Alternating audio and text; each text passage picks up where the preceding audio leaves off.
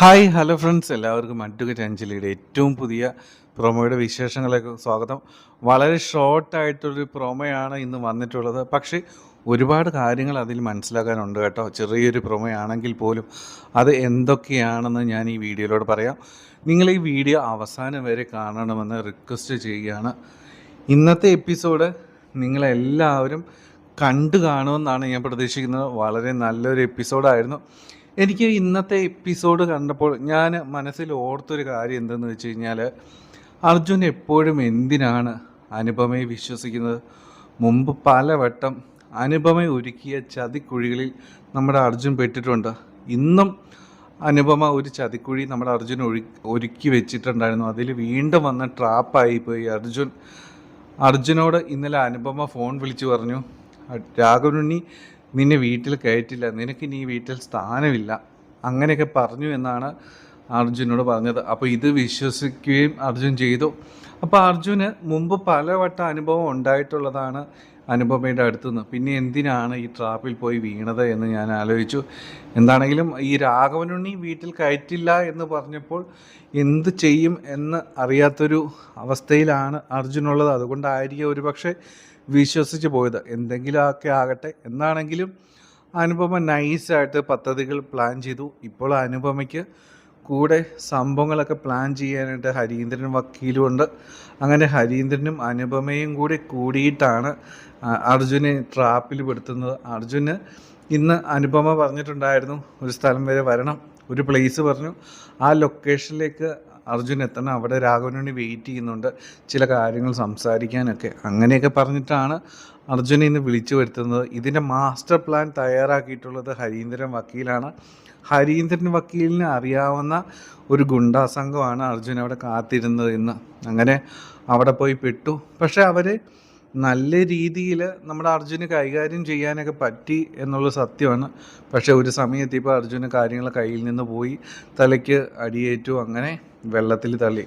പക്ഷേ ആ ഒരു സമയത്ത് നമ്മളെല്ലാവരും ഏറെ ആശങ്കകളോട് കൂടിയിട്ടാണ് അത് കണ്ടത്. കാരണം ഗുണ്ടകളുമായിട്ട് ഏറ്റുമുട്ടുന്നതിന് തൊട്ടു മുമ്പായിട്ട് അർജുൻ പറയുകയും ചെയ്തു നീന്താൻ അറിയില്ല എന്ന്. അതുകൊണ്ടാണ് തലയ്ക്കടിയേറ്റിട്ട് തല ഇങ്ങനെ ആ വണ്ടിയിൽ പോയി അടിച്ച് ബോധം പോയിട്ട് ആ ഒരു നിമിഷം അർജുനെ ആ വെള്ളത്തിലേക്ക് എടുത്തെറിയുമ്പോൾ നമ്മളെല്ലാവരും ഏറെ ആശങ്കപ്പെട്ടത് അർജുന് നീന്താൻ അറിയില്ലല്ലോ എന്നുള്ളൊരു കാര്യം എടുത്ത്. അങ്ങനെ അവിടെ അർജുൻ കിടന്ന് കൈകാലൊക്കെ ഇട്ടടിക്കും.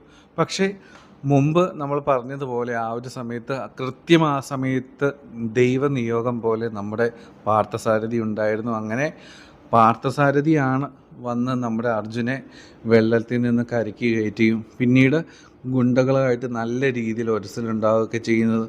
അങ്ങനെ അവരെ നല്ല രീതിയിൽ പാർത്ഥസാരഥി എടുത്തിട്ട് പെരുമാറി നിലംപരിശാക്കി കളയും. അപ്പോഴും അർജുൻ എന്താണെങ്കിലും മരണത്തിൽ നിന്നും രക്ഷപ്പെടുത്തിയത് നമ്മുടെ പാർത്ഥസാരഥിയാണ്. അപ്പോൾ മുമ്പ് ഞാൻ പറഞ്ഞിരുന്നു, പാർത്ഥസാരഥി വെറുതെ ഒരു വഴിപോക്കനല്ല. ഇനി മുമ്പോട്ടുള്ള ജീവിതത്തിൽ നമ്മുടെ അർജുനും അഞ്ജലിക്കും കട്ട സപ്പോർട്ടായിട്ട് ഒരു ചങ്ക് ബ്രോയായിട്ട് നിൽക്കാൻ പോകുന്ന ആളാണ് എന്ന്. ഇന്നാണെങ്കിൽ ആ ഗുണ്ടകളോട് പറയുന്നുണ്ട് പാർത്ഥസാരഥി, ഇത് ആരാണെന്നാടാ നീയൊക്കെ വിചാരിച്ചത്? ഇതെൻ്റെ ചങ്ക് ബ്രോയാണ്, അങ്ങനെ നിനക്കൊക്കെ പിടിച്ചിടിക്കാനുള്ള ഒരാളല്ല. അങ്ങനെയാണ് ഇന്ന് സംഭവങ്ങളൊക്കെ ഉണ്ടാകുന്നത്. ഇന്നത്തെ എപ്പിസോഡിൽ നമുക്കറിയാം, ശിവരാമൻ നമ്മുടെ അഞ്ജലി തിരിച്ചു വിളിക്കാനായിട്ട് തയ്യാറായി പുറത്തേക്ക് വരുന്നുണ്ടായിരുന്നു. താൻ ചെയ്തത് തെറ്റാണ്, അഞ്ജലിയെ ഇറക്കി വിട്ടത് ശരിയായില്ല, താൻ മകളോട് ചെയ്ത ഏറ്റവും വലിയ തെറ്റാണ്, അത് തിരുത്തിയേ പറ്റൂ എന്ന് പറഞ്ഞിട്ടാണ് ശിവരാമൻ ഇന്ന് വീട്ടിൽ നിന്ന് ഇറങ്ങുന്നത്. ആ കൃത്യസമയത്ത് തന്നെ അനുപമ ഇവിടെ എത്തുകയും ആ പോക്ക് തടയാൻ വേണ്ടി അർജുൻ ആരാണ് എന്നുള്ളൊരു സത്യം വിളിച്ചു പറയുകയും ചെയ്തു. രാഘവനുണ്ണിയുടെ മകനാണ് അർജുൻ, അഞ്ജലിയെ ട്രാപ്പിൽ പെടുത്തിയതാണ് എന്ന രീതിയിലാണ് കാര്യങ്ങൾ പറഞ്ഞിട്ടുള്ളത്. അവർ ഏതൊരർത്ഥത്തിലായിരിക്കും ഇതെടുക്കുക, ഇനി എങ്ങനെയായിരിക്കും അഞ്ജലിയോട് അവർ പെരുമാറുക, ശിവരാമൻ ഇനി അഞ്ജലി തിരിച്ചു വിളിക്കുമോ, അങ്ങനെ കുറേ ആശങ്കകൾ നമ്മുടെ മുമ്പിലുണ്ട്. അഥവാ തിരിച്ചു വിളിച്ചാലും അവർ ഒരിക്കലും അർജുനായിട്ടുള്ള ബന്ധത്തിന് സമ്മതിക്കുമെന്ന് എനിക്ക് തോന്നുന്നില്ല. കാരണം ശിവരാമൻ്റെ ഏറ്റവും വലിയ ജീവിതത്തിലെ ശത്രുവായ രാഘവൻ്റെ മകനാണ് അർജുൻ എന്ന് പറയുമ്പോൾ ഒരു രീതിയിലും അയാൾ ആ ഒരു ബന്ധത്തെ അംഗീകരിക്കുമെന്ന് തോന്നുന്നില്ല. പക്ഷേ ഇതിനി അഞ്ജലി അറിയുമ്പോൾ എങ്ങനെയായിരിക്കും എന്ന് നമുക്ക് ചില ആശങ്കകളുണ്ട്. അതുമായി ബന്ധപ്പെട്ട കുറച്ച് കാര്യങ്ങൾ ഇന്നത്തെ പ്രൊമോയിലുണ്ട്. കാഴ്ചയിൽ നമുക്കത് മനസ്സിലാക്കില്ല. പക്ഷേ മനസ്സിലാക്കേണ്ട ഒരു കാര്യം ഇന്നത്തെ പ്രൊമോയിലുണ്ട് കേട്ടോ. എന്താണെങ്കിലും ഇന്ന് വന്ന പ്രൊമോയുടെ കാര്യങ്ങളിലേക്ക് നമുക്ക് പോകാം. ഇന്ന് വന്ന പ്രൊമോയിൽ നമുക്കൊരു കാര്യം ഉറപ്പായി, പാർത്ഥസാരഥി നമ്മുടെ അർജുനെ രക്ഷിച്ചു. അർജുന് നമുക്ക് കാര്യമായ പ്രശ്നങ്ങളൊന്നും ഇല്ലാതെ അമ്പാടിയുടെ വീട്ടിൽ എത്തിക്കുവാനായിട്ട് പാർത്ഥസാരഥിക്ക് പറ്റി എന്നുള്ളതാണ്. അപ്പോൾ പാർത്ഥസാരഥി ഇങ്ങനെ അർജുനെ രക്ഷിച്ചുകൊണ്ട് വരുമ്പോൾ അഞ്ജലിക്ക് ഒരുപാട് സന്തോഷവും വിഷമവും എല്ലാം തോന്നും. കറക്റ്റ് സമയത്ത് പാർത്ഥസാരഥി എത്തിയല്ലോ, നമ്മുടെ അർജുനെ രക്ഷിച്ചല്ലോ, രാജീവിനെ രക്ഷിച്ചല്ലോ എന്നൊക്കെ നമ്മുടെ അഞ്ജലി വിചാരിക്കും. അങ്ങനെ അഞ്ജലി കാര്യങ്ങളൊക്കെ പാർത്ഥസാരഥിയോട് ചോദിക്കും, എന്താണ് സംഭവിച്ചത് എന്നൊക്കെ ചോദിക്കും. അങ്ങനെ കാര്യങ്ങളൊക്കെ അവിടെ നടക്കും. പക്ഷേ നമുക്ക് ആശങ്കകൾ ഉണ്ടാക്കുന്ന ഒരു സംഭവമുണ്ട്.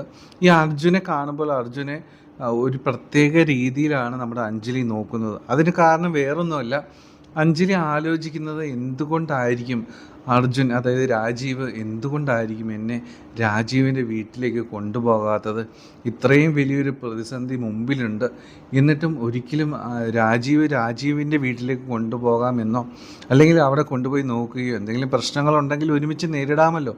പക്ഷെ എന്തുകൊണ്ടാണ് രാജീവ് അത് ചെയ്യാത്തത്?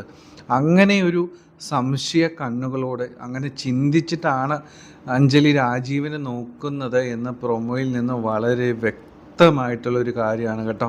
അപ്പോൾ ഒരു പക്ഷേ നാളെ നമ്മുടെ അർജുൻ കണ്ണു തുറക്കുമ്പോൾ ഉറപ്പായിട്ടും അഞ്ജലി ആദ്യം ചോദിക്കാനായിട്ട് പോകുന്നത്, രാജീവ് എന്തെങ്കിലും എന്നിൽ നിന്ന് മറച്ചു വെക്കുന്നുണ്ടോ, എന്നെ ചതിക്കുവാണോ? ഇങ്ങനെയൊക്കെ ആയിരിക്കും ഒരു പക്ഷേ നമ്മുടെ അഞ്ജലി നമ്മുടെ അർജുനോട് ചോദിക്കാനായിട്ട് പോകുന്നത് കേട്ടോ. അപ്പോൾ ഇതായിരുന്നു പ്രൊമോയിൽ ആദ്യം കാട്ടിയ സീൻ എന്ന് പറയുന്നത്. പിന്നീട് ഏറ്റവും അവസാനം കാട്ടിയ സീനുകൾ വീണ്ടും അനുപമയുടെ പണി തുടങ്ങിയിരിക്കുന്നു എന്ന് നമ്മൾ മനസ്സിലാക്കേണ്ടിയിരിക്കുന്നു. അനുപമ വീണ്ടും അർജുനെ വിളിക്കുകയാണ്. അർജുൻ ചോദിക്കുന്നുണ്ട്, അതായത് എന്നെ ഒരു ക്രിമിനൽ വക്കീലാണ് എനിക്കുള്ള ഗുണ്ടാപ്പണി, എനിക്കുള്ള കൊട്ടേഷൻ തന്നത്, അത് എന്താണെങ്കിലും ഏടത്തി അറിയാതെ സംഭവിക്കില്ല, ഏടത്തിയല്ലേ അതിന് പിന്നിലെന്നൊക്കെ അർജുൻ ചോദിക്കും. ആ ഒരു സമയത്ത് അനുപമ പറയുന്നുണ്ട്, ഞാനല്ല, അത് ചെയ്തത് ക്രിമിനൽ വക്കീലാണെന്ന് അവർ പറഞ്ഞല്ലോ, അത് ആരാണ്? നിൻ്റെ അച്ഛൻ അഡ്വക്കേറ്റ് രാഘവനുണ്ണിയാണ് അത് ചെയ്തത്. നിന്നെ കൊല്ലാൻ വേണ്ടി കൊട്ടേഷൻ അയച്ചത് അഡ്വക്കേറ്റ് രാഘവനുണ്ണിയാണ്. അർജുൻ ഇപ്പോഴിത് കേൾക്കുമ്പോഴത്തേന് അർജുൻ ആകെ ഷോക്കഡായി പോവും.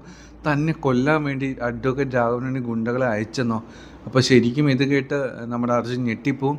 അപ്പോൾ പക്ഷേ അത് വിശ്വസിക്കുകയും ചെയ്യും കേട്ടോ. കാരണം നമ്മുടെ അർജുനറിയാം, കേസ് ജയിക്കാനും സ്വന്തം അഭിമാനം ജയിക്കാനും വേണ്ടി ഏതറ്റം വരെയും അഡ്വക്കേറ്റ് രാഘവനുണ്ണി പോകാറുണ്ട്. എന്താണെങ്കിലും അനുപമയുടെ ബുദ്ധി കൊള്ളാം.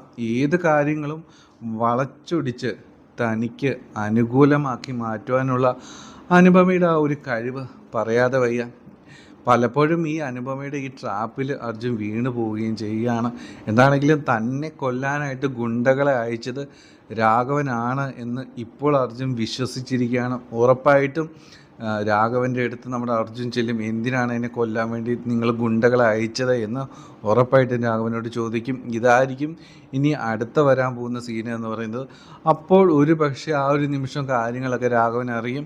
അഞ്ജലിയെ വിവാഹം കഴിച്ചിരിക്കുന്നു അർജുൻ എന്നറിയും. അങ്ങനെ മൊത്തത്തിൽ ഒരു പ്രശ്നങ്ങളാണ് ഇനി വരാനായിട്ട് പോകുന്നത്. എന്താണെങ്കിലും അനുപമ ചെയ്യുന്ന ഓരോ കാര്യങ്ങളും താൽക്കാലികമായ അനുപമയുടെ വിജയം മാത്രമാണ്. അതൊക്കെ അനുപമയ്ക്ക് തന്നെ തിരിച്ചടിയായി മാറും. ശംഖചക്രത്തിൽ നിന്ന് അനുപമ പുറത്തു പോകേണ്ടി വരിക തന്നെയും അവിടെ അഞ്ജലി കയറുകയും ചെയ്യും. ഇതാണ് യഥാർത്ഥത്തിൽ സംഭവിക്കാനായിട്ട് പോകുന്നത് കേട്ടോ. എന്താണെങ്കിലും നാളത്തെ എപ്പിസോഡിന് വേണ്ടിയിട്ട് നിങ്ങളെല്ലാവരും കാത്തിരിക്കുക. ആദ്യമായിട്ട് നമ്മുടെ ചാനൽ കാണുന്നവരൊന്ന് സബ്സ്ക്രൈബ് ചെയ്ത് സപ്പോർട്ട് ചെയ്യണം കേട്ടോ. അപ്പോൾ എല്ലാവർക്കും നല്ലൊരു ശുഭരാത്രി. Take care. Bye bye.